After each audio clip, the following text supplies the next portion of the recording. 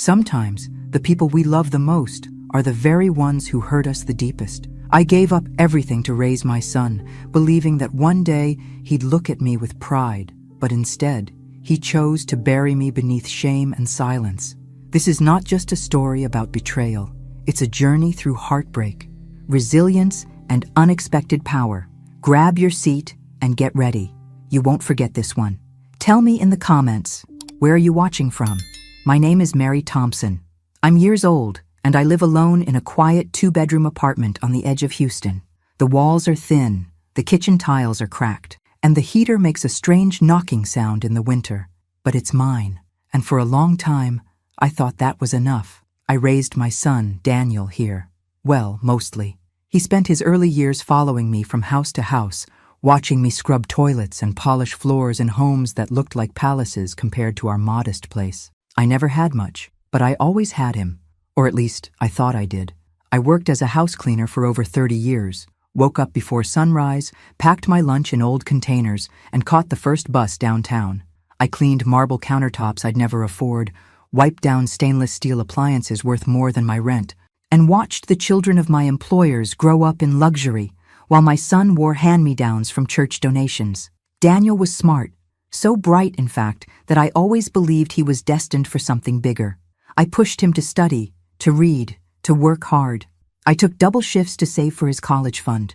When he got accepted into a university out of state, I cried for days, not because he was leaving, but because I felt I had done something right. But something changed in him during those college years. He stopped calling as often.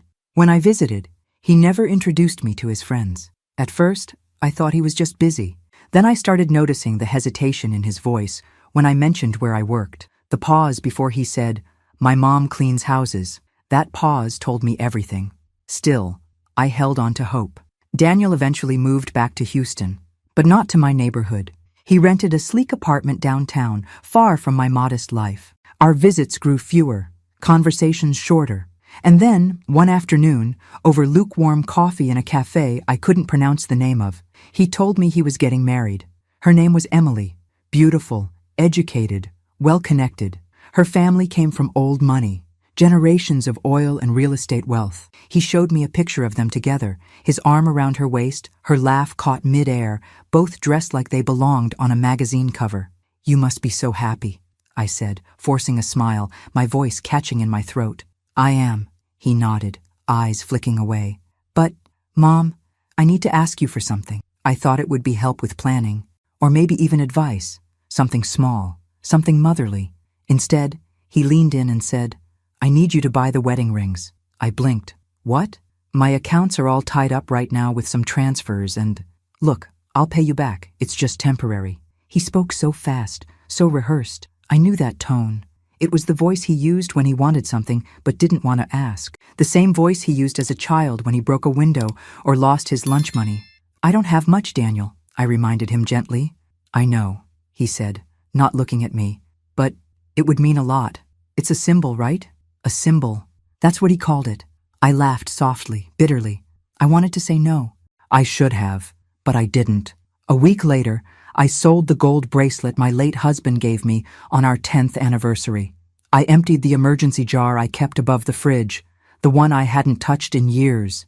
And when that still wasn't enough, I pawned my mother's locket, the only piece of her I had left. It wasn't fancy, but it meant something, or it used to. With the money, I bought a beautiful pair of rings, simple, elegant, timeless. I imagined Emily's face when she saw them. I imagined her thanking me, hugging me, welcoming me into her life. I imagined being part of something, for once. When I asked if I could meet Emily before the wedding, Daniel hesitated. "She's really busy," he mumbled. "I don't need a long meeting," I said. "Just a hello. I want to see the woman my son is marrying." He gave me a thin smile. "I'll see what I can do." And just like that, I became a background character in my own son's life. Still, I held on to hope. Because that's what mothers do. We hold on, even when everything is slipping away. And deep inside, I had no idea just how invisible I was about to become. It was a Saturday morning when Daniel called again. His tone was upbeat, almost rehearsed, like he was trying too hard to sound excited. "Mom," he said, "the rehearsal dinner's next weekend. Emily's parents are hosting it at their country club. I thought maybe you could come by, just for a bit." I felt a flutter in my chest. Was this it? Was I finally going to meet her? "I'd love to," I said, my voice trembling slightly. "Thank you, Daniel." He paused for a beat too long. "Just one thing. Don't feel like you have to dress up or anything. It's casual." My heart sank a little, but I didn't let it show. "I'll look nice," I assured him. "Nothing fancy." The week crawled by. I pressed my only good blouse, the one I saved for church or the rare job interview. I shined my black flats with a damp rag and picked up a box of cookies from the bakery down the street. Something to bring. Something to show I cared. When I arrived at the country club, my nerves nearly buckled me. The valet looked me up and down before taking my keys, and I could tell by the way he handled my old car that it didn't belong there. But I held my head high. Inside, it was like stepping into a magazine spread. Crystal chandeliers, polished floors, waiters with white gloves. Laughter echoed off the walls. People sipped champagne and nibbled on hors d'oeuvres I couldn't even name. And there he was, my son, standing tall in a tailored navy suit, laughing with a group of well-dressed strangers. He looked like he belonged, like he'd never known anything outside that world. He saw me. His smile faltered just a little before he stepped toward me. "Mom," he said, his voice low, "glad you made it." Before I could respond, a woman approached, blonde, elegant, with a dress that probably cost more than my rent. "Emily." She smiled politely at me. I opened my mouth to introduce myself, to say how lovely she looked, how happy I was for them. But before I could speak, Daniel said, "Emily, this is Mary. She's an old family friend." My words died in my throat. Family friend. Not my mother. Not the woman who raised him, who worked her fingers raw so he could have a better life. Just a friend. Emily smiled and nodded. "It's so nice to meet you, Mary. Thank you for coming."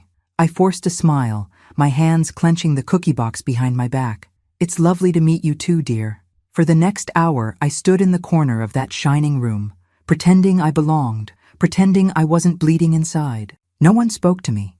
I sipped water from a flimsy glass and watched as my son beamed at a life I was no longer a part of. He never looked my way again. I left before dessert. No one noticed. When I got home, I sat on the edge of my bed and stared at the box of cookies, still untouched. I thought of the ring box in my drawer, the one with the wedding bands I'd spent nearly everything I had to buy. He didn't even introduce me. I wasn't his mother that night. I was a ghost in a room full of laughter. I was the past he buried. And for the first time in a long time, I felt something shift deep inside me.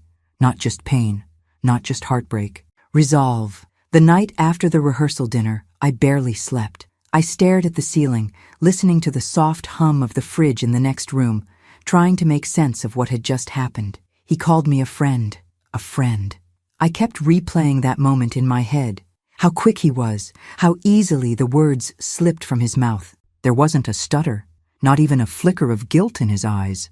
Like he'd been preparing for it, like he knew all along that I would be nothing more than a prop, tucked away in a corner, while he lived the life he'd always wanted. That morning, I stood in my tiny kitchen holding the wedding rings. They were beautiful. I had chosen them carefully, knowing they'd be the symbol of a new chapter for Daniel and his wife. And now, every time I looked at them, I felt sick. Still, a part of me tried to make peace. Maybe he panicked, I told myself. Maybe he was just nervous. But when I called him the next day to talk, just to talk, he didn't answer. I left a message, but he never returned it. Then came the wedding day. I waited by the phone, hoping he would call and say, "Mom, come. I made a mistake. I want you there." But the phone stayed silent, just like he wanted me to be. The rings sat in a small velvet box on my coffee table. I picked them up and stared at them. My reflection distorted in the gold surface. These rings didn't belong to him anymore. Not after what he did. So I put them in my purse and left the house. Not to go to the wedding. I knew I wasn't welcome there. But just to walk, to clear my head. My feet carried me without direction, block after block, through old neighborhoods and empty sidewalks. The weight in my chest grew heavier with each step. I passed the bus stop where Daniel and I used to wait when he was in grade school. He'd hold my hand and ask why we didn't have a car like the other kids. I always told him, "Because we're saving for your future." I passed the old bakery where I once bought him a chocolate cupcake after his first A on a math test. He hugged me so tight that day said I was the best mom in the world. Where did that boy go? By the time I got back home, the sun was setting. I stood in my doorway for a long moment before walking inside. That's when I saw the metal lockbox in the back of my closet, the one I hadn't opened in years. It held all the important things: old tax forms, birth certificates, my husband's military discharge papers. I don't know what made me pull it out that night. Maybe I just needed to feel connected to someone who truly loved me. Maybe I needed to feel like I still mattered to someone. When I opened the box, the musty scent of paper and time greeted me. I sifted through the documents, my fingers shaking slightly. That's when I found it, an envelope tucked beneath the last page of our mortgage contract. It was addressed to me, in my husband's handwriting. I hadn't seen that writing in decades. The ink had faded, but the words were still legible. Inside was a letter, a short one, and several crisp folded documents, stock certificates, dozens of them. At first I didn't understand, but then I saw the names: tech companies, energy firms, companies that didn't mean much 20 years ago, but were household names now. My heart pounded as I typed the serial numbers into a stock value checker online. One by one, they loaded. And with each number, each new total, my hands began to tremble harder. I wasn't just holding paper. I was holding a small fortune. I couldn't breathe. I sat back, clutching the edge of the table, the numbers swimming in front of my eyes. He had left this for me, quietly, without ceremony.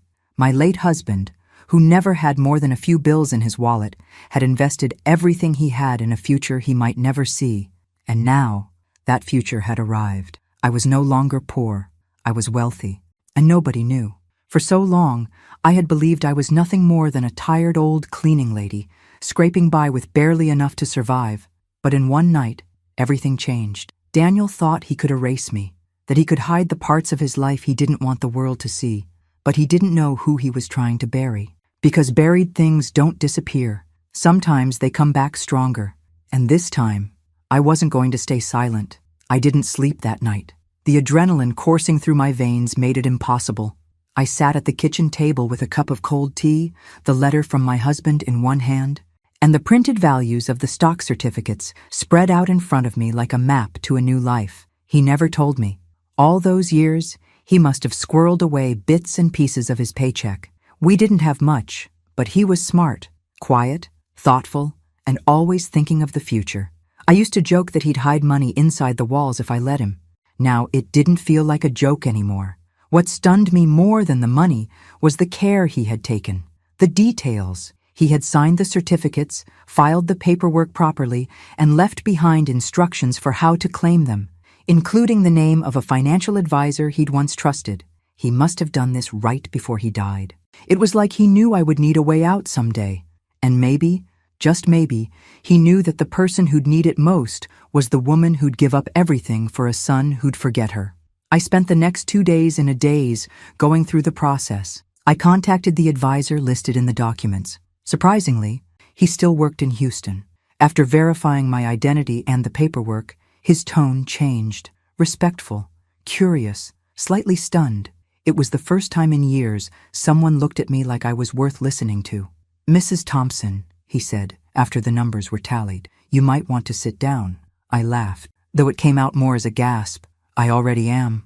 He slid a paper across the table, neatly printed with a series of amounts. "This isn't just retirement money. This could change your life." It had already changed everything. I walked out of that office in a fog, but one thing was crystal clear in my mind. I didn't owe anyone silence anymore, especially not Daniel. I had spent nearly 6 decades being humble, patient, forgiving. I endured things no mother should endure, being erased, disrespected, minimized. And even when I had nothing, I gave everything. But now I had a choice, and I chose dignity. The wedding was the next day. I stood in front of my mirror that morning, the box with the ring sitting unopened on my dresser. I wore a simple black dress, no makeup, my hair pulled back neatly. I didn't cry, not anymore. I held the rings for a long moment, gold, clean, flawless, a perfect symbol of something broken. I put them back in the box and zipped them into my purse, but not for delivery. I wasn't going to the wedding. I wasn't going to watch my son lie with his smile while pretending I didn't exist. I wasn't going to give him the satisfaction of ignoring me to my face. Instead, I opened my laptop. I created a folder. Inside, I dropped screenshots, dozens of them. Messages over the years where Daniel belittled me, moments when he dismissed my love, laughed at my work, talked about hiding his background from Emily and her family. One message stood out. I just can't let her meet my mom. She's, not really someone you show off. I stared at that line until it blurred. Not really someone you show off. I wasn't ashamed anymore. I had scrubbed marble floors and cleaned strangers' toilets for decades. I had raised a boy into a man. I had given everything I had, and now I was the one with power, with legacy, with proof that I was never small. Late that night, I sealed the velvet box with the rings inside, placed the folder of screenshots on a flash drive, and wrapped it all in tissue paper. I wrote a note, short, firm, honest. To the woman marrying my son, caution. Some men bury their past, others just pretend it never existed, but truth always finds a way to rise. Mary. I didn't sign it as Mom. That title had been erased long before I was ready to give it up. The next morning, I mailed the package directly to Emily's apartment, overnight delivery, no return address. And then I sat back. For the first time in my life, I wasn't cleaning up someone else's mess. I was finally, quietly, letting someone see the truth. Daniel thought I'd stay in the background, that I'd always be the invisible mother, quietly supportive, endlessly forgiving. But what he forgot is that people only stay invisible when they don't know their worth. And now, I knew exactly who I was. The sun had barely risen when I stepped outside and placed the small padded envelope into the mailbox. There was something final about it, the soft click as the door shut, the quiet hum of the world still asleep. I stood there for a long moment, staring down the empty street, feeling the sharp edge of the morning air on my face. It was done. Inside that package was everything. The rings I had paid for with the last of my savings, the truth my son had buried, and the dignity I had finally reclaimed. I wasn't angry anymore. I was clear, focused. A part of me mourned the idea of the wedding, of the family I'd hoped to join, the warm image of a celebration where I was seen, loved, wanted. But that image had never existed. It had only ever lived in my mind. That morning, I didn't put on a dress. I didn't do my hair. I stayed home. I made coffee. I sat on the couch. I waited. The phone didn't ring. There was no text, no apology, no last-minute invitation, nothing. And I didn't need it. For so long, I had held on to the hope that Daniel would come around, that he'd outgrow his embarrassment, his pride, his hunger to be accepted by people who had never known struggle. But he didn't. He leaned into it, built a life that didn't include me. Not really.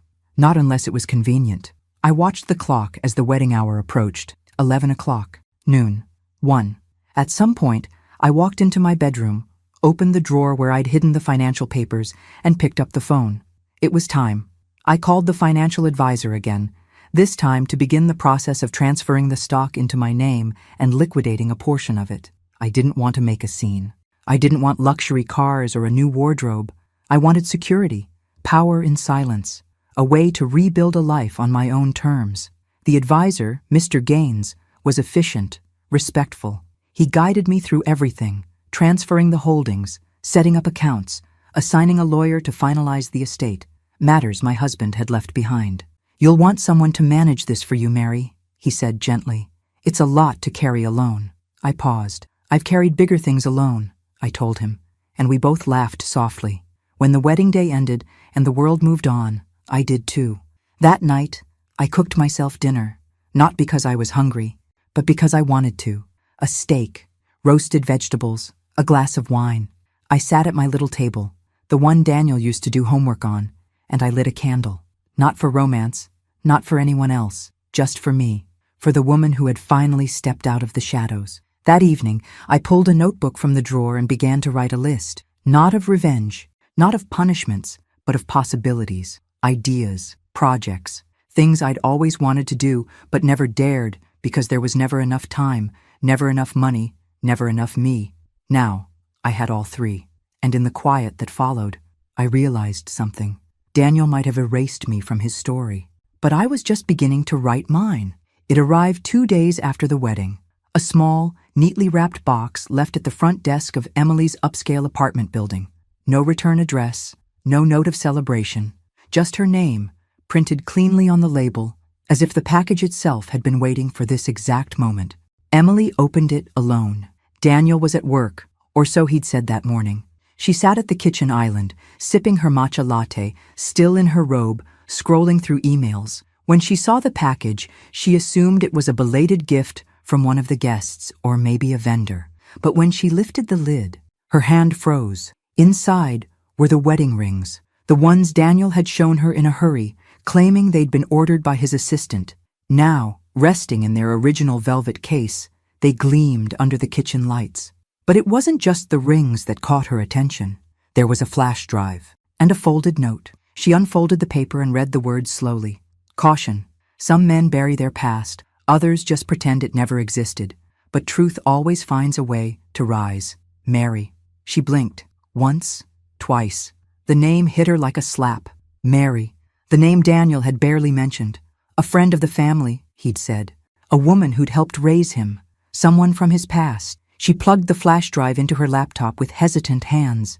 At first, nothing happened. Then, a folder popped open.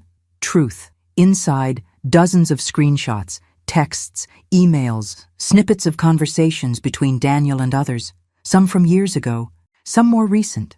But they all had one thing in common. Me. Or rather, Daniel trying to erase me. My mom's great, just not really the kind of woman you bring to a place like this. I just don't think Emily would understand. She's used to a different kind of lifestyle. Mary? She's like family, but not actually. More like someone who helped out. She cleaned houses, for God's sake. You think Emily's parents would be okay with that? Emily scrolled through the messages, her face pale, her breathing quickened. Then came the photos. Me at the rehearsal dinner, standing awkwardly in the background, holding the cookie box like it was a lifeline. No one beside me. No one acknowledging me. Just a woman pushed aside. The room grew quiet. Emily closed the laptop and sat perfectly still for a full minute. Her eyes didn't move. Her lips didn't twitch. Something inside her shifted, cracked. She didn't call Daniel right away. Instead, she got dressed, tied her hair back into a loose ponytail, and left the apartment. She didn't even take her phone. She walked 3 blocks, then 6, until she found herself in a quiet neighborhood she didn't recognize, standing in front of a modest brick building, the kind of place where people lived real lives. She stood there for a moment, uncertain, until an elderly man on a bench nearby looked up. "You looking for Mary?" he asked, like it was the most natural thing in the world. Emily blinked. Yes. How did you know?" He smiled softly. "She's the only one folks come looking for around here." He pointed to the door on the 2nd floor. Emily climbed the stairs, unsure of what she'd say, or even why she was there. But something inside her needed to see, needed to know. She knocked once, then twice. I opened the door in a simple blouse and slacks, no makeup, my hair tied back. For a second, we just stared at each other. Then she spoke. "You're not a friend of the family." I didn't respond. "You're his mother," she said. Her voice wasn't angry. It was quiet, like she was putting a puzzle together she didn't know had missing pieces. "Yes," I said, calm, clear. Emily stepped inside. We sat at my kitchen table. I made tea. She didn't ask for it, but she drank every drop. She asked questions, and I answered them. About the jobs I worked, the years I struggled, the things I gave up. I told her I bought the rings with what little I had, that I stood at her rehearsal dinner as a stranger, that I was proud of my son once. By the end, there were tears in her eyes. Not from guilt, from knowing, from realizing the truth behind the man she married. "I'm so sorry," she whispered. I reached across the table, touched her hand. "Don't be," I said. "You didn't know." "But I do now," she said. "And I won't forget." She stood up, then turned back. "I'm going to fix this. And if you'll let me, I want to help you too." I watched her leave, her shoulders straighter than when she'd arrived. I didn't know what would come next, but I knew something had changed. Finally, someone saw me. And this time, they wouldn't forget. It was evening when Daniel came home, loosened his tie, and dropped his keys onto the granite countertop like he did every day. He didn't notice the silence at first. Emily often worked late, but tonight, something felt different. The lights were dimmed. The apartment was spotless. And on the kitchen island, right where his laptop usually sat, was the small velvet box. He paused. The rings. He frowned, reached for them, and noticed the flash drive lying next to the box. And then he saw the folded note, not in Emily's handwriting. The moment his eyes hit the signature, his stomach clenched. Mary. He didn't even open the drive. He paced the room muttering to himself, panic crawling up his throat. When he finally sat down, he plugged the flash drive into his laptop with trembling hands. It only took a few clicks. The folder popped up. Truth. He opened it. And there he was. His words, his voice, his shame. Every careless message, every offhand comment, every time he had reduced me to a helper or someone who raised me instead of my mother. Words he thought would disappear into the digital ether now stared back at him like ghosts. He slammed the laptop shut, furious, but the silence that followed was deafening. He called Emily. No answer. He tried again.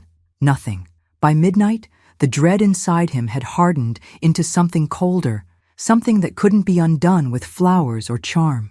He opened his phone and tried to delete messages, to scrub the past, but the damage was done, and Emily was gone. She didn't scream when she left. She didn't even leave a note, just a missing suitcase and a half-empty closet. Daniel sat in the darkness, surrounded by everything he had fought to build, the apartment, the suits, the curated life, and for the first time, it felt hollow, fragile. He picked up the phone and stared at my number. He didn't call.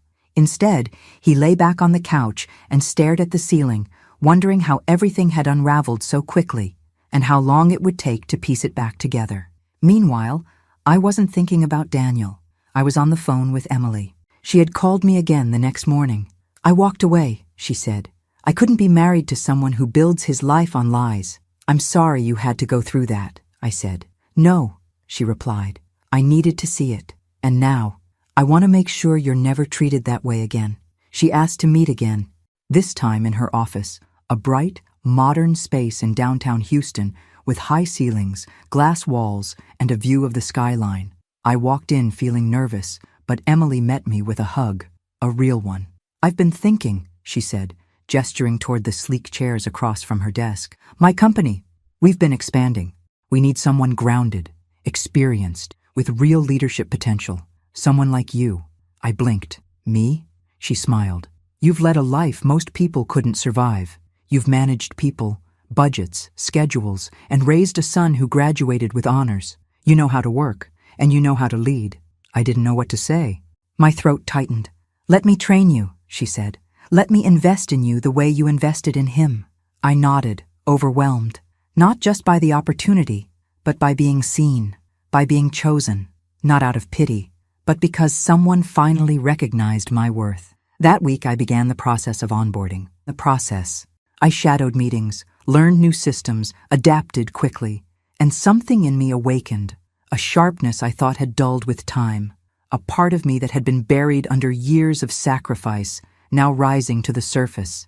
As for Daniel, he showed up at my apartment 2 weeks later, not to apologize, to demand answers. Why would you do that? He snapped, standing in my doorway like he still had a place there. You ruined everything. I didn't flinch. No, I said calmly. You did that all by yourself. You had no right. I had every right, I replied. I bought the rings. I raised you. I gave you everything. And you erased me. He scoffed, looked around my apartment like it was beneath him. So this is what it's about? Revenge? I stepped forward. No, I said. It's about respect, something you stopped giving me a long time ago. He didn't respond, just stood there, fists clenched, like a child who'd lost control of his own game. I'm building something now, I added. Something for me. You don't have to understand it, but you don't get to sabotage it either. He turned and walked away. Not a goodbye, not even a backward glance. And for the first time, I didn't care, because I finally understood something. Some people only come around when they need something. But the ones who see you, the ones who stay, they don't need anything at all. They just recognize your light. The first time I walked into the executive offices of Emily's company, I felt like I had stepped into another world. Glass doors opened with a whisper. The floors shined like polished stone. Everything smelled like citrus and confidence. I clutched my worn leather bag a little tighter, feeling out of place but trying not to show it. Emily met me in the lobby, her smile warm and reassuring.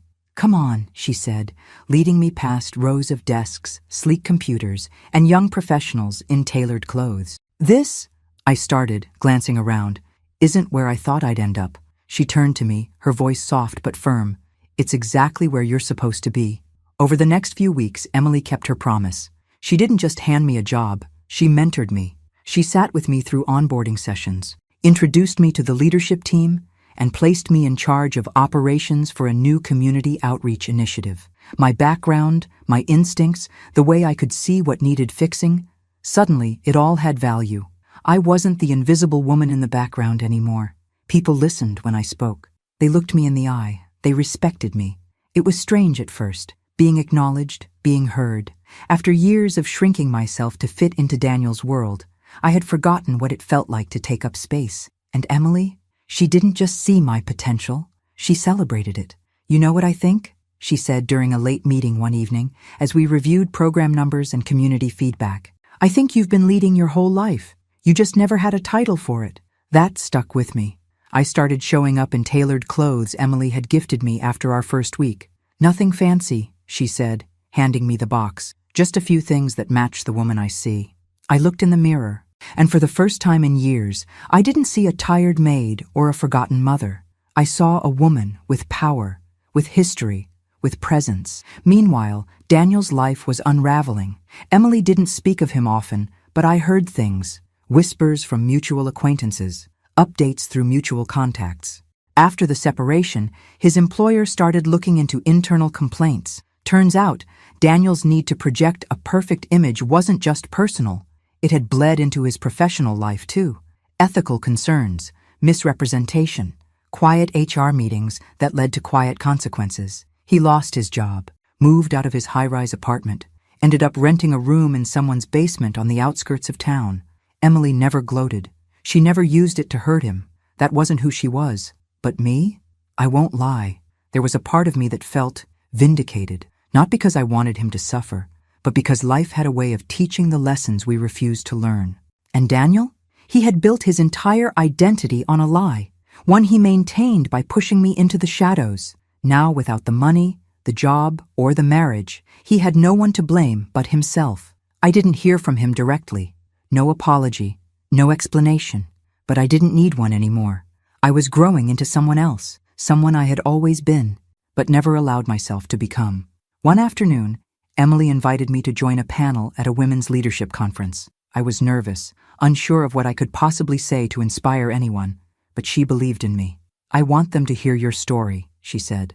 "The real one." So I said yes. I stood on a stage in a simple navy dress, holding the microphone with shaking hands, and I told the truth about raising a child alone, about cleaning houses for people who never looked me in the eye, about giving and giving, only to be forgotten, and then about finding something I didn't even know I had: power, worth, my own voice. The room was silent when I finished. Then the applause began, and I realized something that night.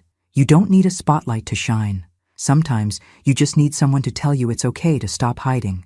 And finally, I wasn't hiding anymore. It was strange how the world could turn in silence. No explosions, no big announcements. Just small shifts, one door closing, another quietly unlocking somewhere else. That's how I learned Daniel had lost his job. I didn't hear it from him. I heard it from a former neighbor who still kept in touch, a woman I used to help with laundry when her back went out. She called one evening to chat, and in the middle of telling me about her granddaughter's graduation, she casually mentioned, "Oh, and your son. I heard he's not working anymore. Something about some issues at the firm." I didn't react at first. I just nodded and hummed politely. But after we hung up, I sat at my kitchen table for a long time, staring, thinking. It wasn't joy I felt. It wasn't sadness either. It was something colder, something still. He had built his entire identity around escaping the life I gave him, clawing his way up with charm and image and calculated distance. But when the curtain fell and the illusion collapsed, he was left with nothing but the truth he had tried so hard to hide. And that truth was me. I found out later he had moved into a friend's garage apartment. Not even a proper lease, just a favor. Someone doing for him what I had done for years. He had reached the part of the story where pride starts to taste like rust. I didn't reach out, not out of anger, but because there was nothing left to say. I had reached a different part of my journey. Emily's mentorship turned into a true partnership. I was overseeing operations now, managing teams, streamlining systems, even designing a new initiative to connect underprivileged women to professional mentorships. Every step I took forward, I left behind one more piece of the woman I used to be, the one who waited, hoped, stayed small. But I didn't erase her. I honored her. She was the reason I had survived. I moved into a new place, not flashy, not enormous, but clean and bright and mine, with a garden. I planted sunflowers along the fence line, big, bold flowers that stretched toward the sky without apology, just like I was learning to do. Then one day, I got a message. Not from Daniel, from one of his old colleagues. It was short. I know this is personal, but he talks about you, now, a lot. Says he messed up. Says he didn't see what he had. I didn't reply. I just sat there, wondering how long it would take for the words to come from him instead of someone else. Weeks passed. The emails from the mentorship program flooded in. Stories of women who found jobs, started businesses, rebuilt their lives. Every time I read one, I saw a little bit of myself in their journey. At night, I would sometimes think of Daniel, where he slept, what he ate, what he told himself to get through each day. I wondered if he missed the sound of my voice, if he regretted the way he used to flinch when I showed up in public places, the way he lowered his voice when saying I cleaned houses for a living. It wasn't pity I felt. It was distance, the kind that only comes after years of carrying a weight alone, and finally deciding to set it down. And then, one afternoon, I got a knock on my door. I wasn't expecting anyone. No delivery, no appointment. When I opened it, I froze. There he was, Daniel. Thinner, paler, his clothes wrinkled, his eyes tired. He didn't say anything at first, just stood there, staring at me like he wasn't sure I was real. I didn't move, I didn't speak. And then, finally, his voice broke through the silence. "Hi, Mom." It was the first time in years I'd heard him say it without hesitation. But I didn't let him in. Not yet. Because forgiveness isn't a doorway you walk through. It's a journey. And mine had only just begun. He stood on my porch like a boy again. Not the man he had become or the man he tried so hard to be. There was no designer suit, no perfect posture. Just Daniel, stripped down by life, by truth, by consequence. "Hi, Mom," he said again. His voice softer this time, the word Mom lingering like a question he wasn't sure he had the right to ask. I held his gaze for a long moment. Then, with measured calm, I said, "You should go." His face twitched. Confusion. Maybe disbelief. He hadn't expected that. He probably thought the door would swing open and I'd welcome him back with open arms, that I'd fix it all, like I always had. "Please," he whispered, "just let me talk." "I heard enough when you didn't let me talk," I said. "You've had years to call me that, all me. And now you show up because your life fell apart?" He opened his mouth to respond, but I raised a hand. "I'm not doing this on the porch," I said, not unkindly. "And not today." He nodded slowly. "Okay, I'm sorry." I closed the door gently. And for once, I didn't cry afterward. Instead, I turned on the radio, brewed a cup of tea, and sat at my desk, reviewing proposals for a new partnership Emily had connected me to. A national nonprofit supporting older women re-entering the workforce. They wanted me to lead a regional program. Me, the woman who once begged strangers to let her clean their houses just so her son could have a future. Now I was being invited to help reshape other women's futures. The first time I told my story in public, it felt like ripping open a scar. I was on stage, under soft lights, in front of an auditorium full of strangers. My palms were sweating. My heart pounded. But as I spoke about raising a son alone, about working invisible jobs, about being erased, the crowd grew still. And when I finished, they stood up, applauded. Some even cried. Not because my story was unique, but because it wasn't. There were so many Marys out there, so many women who had given their lives for others and been forgotten in the process. So I kept speaking. I kept showing up. Podcasts, panels, webinars. My inbox overflowed with messages from women saying, "You reminded me who I am." I never spoke Daniel's name, not out of spite, out of choice, because this story was mine now. And slowly, something incredible happened. I became known. Not as someone's mother, not as someone's employee, as me. One afternoon, I was invited to give a keynote at a women's summit in Dallas. Hundreds of attendees, cameras, lights. I wore a dark green dress, simple jewelry, my hair pinned back. I stepped onto that stage, looked out at the sea of women, young, old, in between, and I told the truth. My name is Mary Thompson, I said, and for most of my life, I believed I didn't matter unless I was helping someone else shine. But the truth is, we all deserve to shine, not just behind the scenes, not just when someone allows us to, but boldly, loudly, on our own. The applause was thunderous. And then, as I walked off stage, I caught a glimpse of someone standing near the back of the room. Daniel. He wasn't close. He hadn't tried to approach me. He just stood there watching, his face unreadable. But his eyes, they weren't filled with arrogance anymore, or shame, just something quieter, something closer to recognition. He slipped away before I could speak to him. But that was enough, because for the first time I wasn't chasing him. I was walking forward, and this time, he was the one following me. He came back 1 week later. This time, he knocked gently, like someone asking permission. I opened the door. We stood in silence, two shadows of a family that used to exist. He looked thinner than I remembered, older too. Or maybe it was just the weight he carried now, the kind of weight that doesn't sit on your shoulders, but on your soul. "Can I come in?" he asked. I didn't say yes, but I stepped aside. He sat on the couch where he used to do homework, his hands clasped tightly between his knees. I sat across from him, waiting. He took a breath, let it out slow. "I don't know how to start this," he said. "Then just say the truth," I replied. He nodded, eyes low. "I was embarrassed," he admitted. "Not of you, of myself, of how we grew up, of never having enough. I thought, if I pretended it didn't happen, I could finally belong somewhere else." His voice cracked. "And in trying to escape all of that, I erased you, the person who gave me everything." I didn't speak. "I told myself it was for your protection," he continued. "That if Emily's family didn't know the details, they wouldn't judge you. But that wasn't true. I wasn't protecting you. I was protecting myself." Tears gathered in his eyes, but he blinked them away. "You didn't deserve that. Any of it." My throat tightened. It wasn't just the words. It was the way he said them, like a man finally coming clean to himself. "I don't expect forgiveness," he said quietly, "but I needed you to know.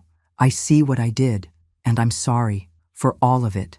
I looked at him for a long time. This was the boy I raised, the one who used to fall asleep beside me on the bus after school, clutching his backpack like it held the whole world, the one who used to write me notes that said, "You're the best mom ever." And now here he was, broken, remorseful, uncertain, a boy again, but also, finally, a man. "I never stopped loving you," I said, "even when you tried to erase me, even when it broke me." He looked up, his eyes red. "Then why didn't you reach out?" I leaned back, folded my hands. "Because I finally learned that love doesn't mean losing yourself," I said. "I had to choose me, for once." He nodded slowly. "I understand that now." I got up, walked over to the small bookshelf by the window. I pulled out a photo, one of us from years ago, him in middle school, grinning, his arm slung over my shoulder. "You forgot who you came from," I said, handing it to him. But I didn't. He held the photo like it might shatter. "I don't know how to fix this," he said, his voice small. I sat beside him, my tone steady. "You don't fix it. You live with it. You carry it. And you do better." He nodded, unable to speak. We sat in silence, not the painful kind, the kind that heals. As the light from the window shifted across the room, I realized I wasn't angry anymore. I wasn't waiting for anything. The apology I thought I'd never hear had come. And it didn't change the past, but it softened something sharp inside me. Forgiveness didn't mean forgetting. It meant I was free. He stood to leave. I didn't hug him. I didn't tell him to stay, but I walked him to the door. And before he left, he looked back. "I'm proud of you, Mom," he said. "I wish I had said that sooner." I nodded. "You'll have to live with that too." And then he was gone, and I stood in my quiet apartment, feeling more whole than I ever had. Not because he came back, but because I didn't need him to. The envelope was light in my hands, just one sheet of paper inside. I wrote it the way I wrote everything these days, slowly, deliberately, without apology. No anger, no need for response, just truth. I sealed it, wrote his name on the front, and mailed it that afternoon. No return address. I didn't need one. Inside, I had written, I always stood right in front of you. You just chose not to see me, but I saw you. All of you. I saw the scared little boy trying to fit in, the man trying to outrun his past. You buried me under shame, but I grew anyway. I forgave you long before you asked, not because you earned it, but because I needed to be free. I'll always love you. But now, I love myself too. You'll have to find your own way back. I'll be here when you do. Mary, I didn't expect an answer, and I didn't need one.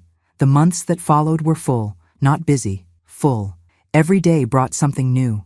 A workshop to lead, a story to listen to, a woman to mentor. I laughed more, cooked more, planted sunflowers again, but this time, in the front yard. I wanted the world to see them, tall, bright, unashamed. And then came the invitation, a national summit on women's empowerment. The keynote speaker had dropped out. They wanted me. I flew to New York, wore a navy blue suit that Emily had picked out for me, stood backstage as the crowd buzzed with anticipation. When they called my name, the applause rose like a wave. I stepped into the light. Hundreds of eyes watched me cross the stage. I took the mic, smiled, and began. My name is Mary Thompson. For most of my life, I believed love meant sacrifice. I thought being invisible was part of being a good mother, a good woman. But I was wrong. You don't have to disappear to matter. You don't have to suffer to be worthy. And you don't have to be silent to be respected. I told my story, every painful inch of it, the long hours, the broken dreams, the betrayal, the awakening. I spoke of how I stopped waiting to be chosen and chose myself. When I finished, the silence was thick with emotion. Then came the applause, not polite, thunderous. As I walked off stage, hands reached out to shake mine. Eyes filled with tears. Women whispered, "Thank you. That was my story too. You gave me hope." And then, in the crowd, near the very back, I saw him. Daniel. He wasn't dressed up. He didn't try to come forward. He just stood there, still, watching. Our eyes met. I didn't smile. He didn't wave. But in that quiet second, everything was said. He saw me, truly, finally, and I saw him, not as a mistake, not as a wound, but as part of a journey that had brought me here. I turned and walked away from the stage, the lights warm on my shoulders. I was no longer the woman who waited in corners. I was no longer the mother begging to be recognized. I was Mary Thompson, and I had risen. Thanks for listening. Don't forget to subscribe and feel free to share your story in the comments. Your voice matters.